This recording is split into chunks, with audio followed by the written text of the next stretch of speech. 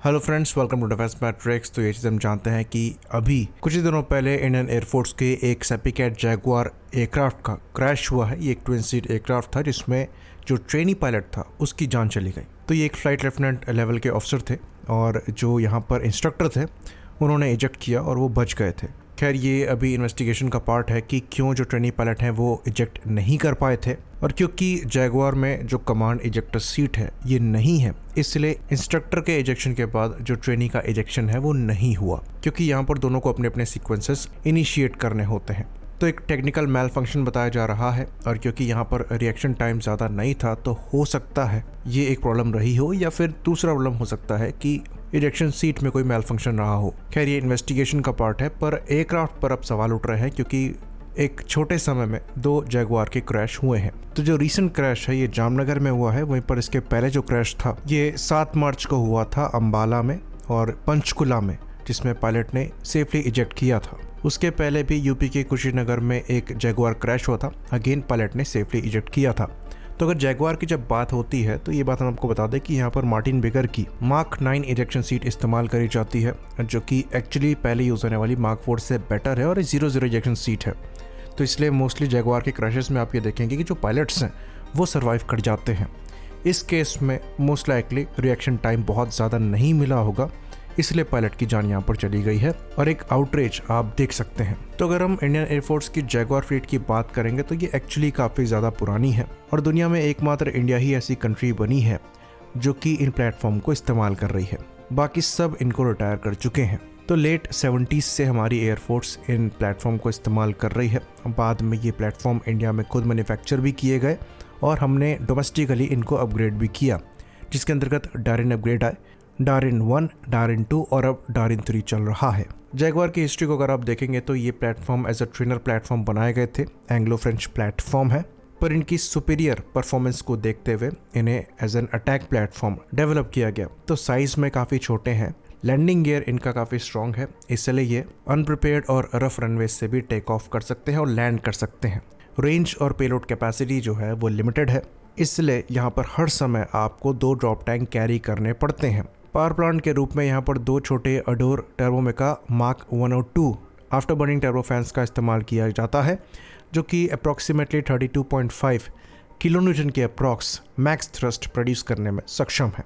तो स्पीड में ये सुपरसोनिक ज़रूर है, पर काफ़ी स्ट्रगल करते हैं, और इनकी जो स्ट्रेंथ है ये लो फ्लाइंग से आती है। ये एक्सट्रीमली लो फ्लाई कर सकते हैं, जिसकी वजह से टेरेन मास्किंग करते हुए अपने जो इंटरडिक्शन रोल्स हैं उनको परफॉर्म कर सकते हैं। तो ये इनकी काफ़ी बड़ी स्ट्रेंथ हुआ करती थी 80s, 90s और अर्ली 2000s में, पर अब ये स्ट्रेंथ है या नहीं है ये क्वेश्चनेबल है। तो कहा जाता है कि ये करीबन 4500 किलोग्राम का पेलोड कैरी कर सकते हैं, लेकिन मोस्टली इनके द्वारा 2 बड़े ड्रॉप टैंक कैरी किए जाते हैं, क्योंकि इंटरनल फ्यूल कैपेसिटी लिमिटेड है, जिसकी वजह से इनके हार्ड पॉइंट्स जो है वो इंगेज हो जाते हैं, और खाली 2 आपको अंडरविंग पाइलॉन मिलेंगे वेपन्स के लिए, और 2 आपको ओवरविंग मिलेंगे जिसके अंतर्गत ये एसरैम मिसाइल कैरी करते हैं, और एक सेंटर लाइन पाइलॉन मिलता है जहां पर आप डिफरेंट म्यूनिशंस को लगा सकते हैं। तो ओवरऑल कोई बहुत बड़ी फायर पावर ये नहीं प्रोवाइड कराते हैं। बाकी समय के साथ साथ जो टेक्नोलॉजिकल एडवांसमेंट आई हैं और पेलोड कैरिंग कैपेसिटी बढ़ी है, उसके हिसाब से इस एयरक्राफ्ट का जो डिज़ाइन है वो कैचअप नहीं कर पा रहा है। इसलिए जो डारिन 3 अपग्रेड था उसमें डिमांड रखी गई थी कि यहाँ पर नए जेट इंजन्स को इस्तेमाल किया जाए, जो कि एडिशनल पावर इन प्लेटफॉर्म को प्रोवाइड कराएं, ताकि इनकी जो हायर एल्टीट्यूड परफॉर्मेंस है वो भी बढ़ पाए, और जो रेट ऑफ क्लाइंब है, एक्सेलरेशन है, पेलोड कैपेसिटी है, उसमें भी थोड़ी बढ़ोतरी आए।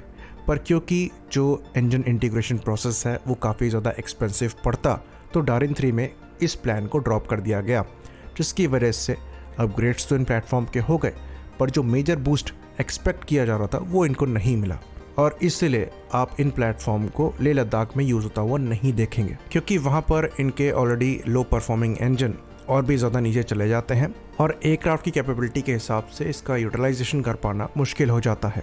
तो मोस्टली ये प्लेटफॉर्म प्लेन्स में ही इस्तेमाल होते हैं, और अगर आप इनके डिप्लॉयमेंट को देखेंगे तो मोस्टली ये पाकिस्तान के अगेंस्ट ही डिप्लॉय किए गए हैं। तो हमने जैसे डिस्कस किया कि इनकी जो स्ट्रेंथ है वो इनकी लो फ्लाइंग कैपेबिलिटी में है।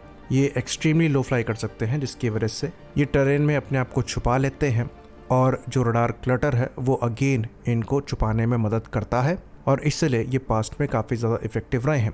इवन अगर आप इनकी परफॉर्मेंस को ऑपरेशन डेजर्ट स्टॉर्म में देखेंगे तो गल्फ रीजन में ये काफ़ी ज़्यादा इम्प्रेसिव रहे हैं।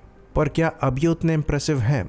सवाल इस पे उठता है क्योंकि पहले से ज़्यादा अब रडार टेक्नोलॉजी एडवांस हो चुकी है। अब आपको अलग से लुक डाउन मोड्स नहीं चाहिए, तो इन एयरक्राफ्ट का जो डिटेक्शन है वो पहले से ज़्यादा आसान हो गया है और ऐसे डेडिकेटेड प्लेटफॉर्म को दुनिया भर में सारी एयर फोर्सेस फेज ऑफ कर रही हैं। तो अगर आप मोस्टली दूसरी कंट्रीज़ में भी एयर फोर्सेस के एक्विजिशन ट्रेंड्स को देखेंगे तो वहाँ पर चॉइस जो है ये मल्टी रोल प्लेटफॉर्म है जो कि ग्राउंड अटैक रोल परफॉर्म कर सकते हैं। स्पेशलाइज्ड रोल के लिए अब रेयरली ही एयरक्राफ्ट लिए जा रहे हैं। इवन जो एग्जिस्ट करते भी थे, जो कि एक्चुअली जैगुआर से ज़्यादा मॉडर्न है, उनको भी दुनिया भर में रिटायर करके अब मल्टी रोल प्लेटफॉर्म्स को सर्विस में इंडक्ट किया जा रहा है। तो अब सवाल यहाँ पर ये उठता है कि क्या मजबूरी है इंडियन एयरफोर्स की इन प्लेटफॉर्म को इस्तेमाल करने की? तो सबसे बड़ी प्रॉब्लम जो यहाँ पर एग्जिस्ट करती है वो ये है कि इंडियन एयरफोर्स के पास नंबर्स नहीं है। अपने MiG-23, MiG-27 और अब MiG-21 रिटायर कर दिए हैं। आपका जो एक्विजिशन प्रोसेस है वो बहुत ही ज़्यादा डिलेड चल रहा है।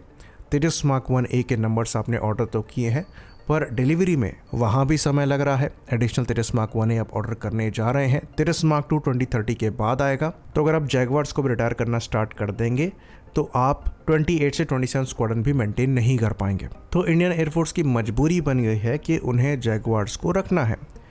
ऑल दो यहाँ पर रिटायरमेंट के प्रोसेस हैं। पहले डारिन सीरीज़ निकाली जाएगी, फिर डारिन 2 सीरीज़ निकाली जाएगी, उसके बाद 50 से 60 के अराउंड डारिन 3 प्लेटफॉर्म आपके पास बचेंगे जो कि आगे 1 दशक तक और सर्विस में रह सकते हैं। तो जो डारिन 3 जैगुआर्स हैं ये इंडियन एयरफोर्स के पहले AES से रडार वाले एयरक्राफ्ट हैं। तो एवियोनिक्स वाइज ये पूरी तरीके से अपग्रेडेड है फ्यूचर के एयर टू ग्राउंड ऑपरेशंस को परफॉर्म करने के लिए। लेकिन एयर फ्रेम की यहाँ पर लिमिटेशंस हैं। जैसा कि हमने बताया, जो इंजन्स हैं वो अंडर पावर्ड हैं, जिसकी वजह से कई जगह ये क्रूशल ऑपरेशंस को परफॉर्म नहीं कर सकते। तो एडवांस एवियोनिक्स को यूज करते हुए कई जो कमियां हैं उसको ढकने की कोशिश करी गई है।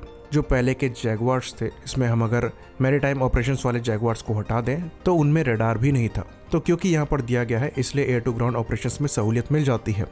ये SAR ISAR इमेजेस को जनरेट करने में सक्षम है और ज़्यादा बेहतर टारगेटिंग सॉल्यूशन प्रोवाइड कराते हैं। सेल्फ प्रोटेक्शन के लिए भी अब एक ज़्यादा बेहतर एसरा मिसाइल इस्तेमाल होती है। लेकिन जैसे कि हमने बताया, एयर फ्रेम की लिमिटेशंस हैं और अगर हम आगे 10 साल तक इसे और स्ट्रेच करते हैं ऑपरेशनल यूज़ के लिए तो वो भी ज़्यादा स्ट्रेच करना ही होगा। बाकी बात रही कि एयरक्राफ्ट में अगर कोई इशू है तो ऐसा कोई इशू नहीं है। जैगुआर के जब यूजुअली क्रैशेस भी होते हैं तो पायलट्स की जान जल्दी नहीं जाती क्योंकि यहाँ पर एक 0-0 इजेक्शन सीट दी गई है। MiG-21 के केस में ऐसा नहीं होता था क्योंकि वहाँ पर इजेक्शन सीट 0-0 नहीं थी और वो काफ़ी डिफ़िकल्ट प्लेटफॉर्म है हैंडल करने के लिए। तो बहुत लकी पायलट्स ही वहाँ पर बच पाते थे। तो क्योंकि लोकली बने प्लेटफॉर्म है तो आप ये कह सकते हैं कि यहाँ पर टेक्निकल लाइफ अभी एग्जिस्ट करती है, पर क्या डिज़ाइन वाइज इनको एग्जिस्ट करना चाहिए? तो इसका जवाब होगा नहीं। उस लिहाज से ये आउटडेटेड हो गए हैं और इनका जो ऑपरेशनल यूसेज है वो भी अब काफ़ी ज़्यादा लिमिटेड हो गया है। बेहतर यहाँ पर यह हो कि तेजस मार्क 1A के जो एडिशनल ऑर्डर दिए जाएं उनके साथ इनको रिप्लेस करना स्टार्ट कर दिया जाए और MRFA को जल्दी एग्जीक्यूट करते हुए जो ओल्डर जनरेशन के जैगुआर्स हैं उनके रिटायरमेंट को भी स्टार्ट कर देना चाहिए और ये MiG-29 और मिराज 2000 के रिटायरमेंट से पहले होना चाहिए। होपफुली ये जो डिले चल रही है नए फाइटर प्लेटफॉर्म के प्रिक्योरमेंट में वो खत्म हो ताकि ये जो ओल्डर जनरेशन के प्लेटफॉर्म है वो हम रिटायर कर सकें। आई होप इन्फॉर्मेशन यहाँ पर क्लियर रही हो। इसी बात पर इस वीडियो को हम ख़त्म करेंगे। लाइक करिए, सब्सक्राइब करिए। जय हिंद।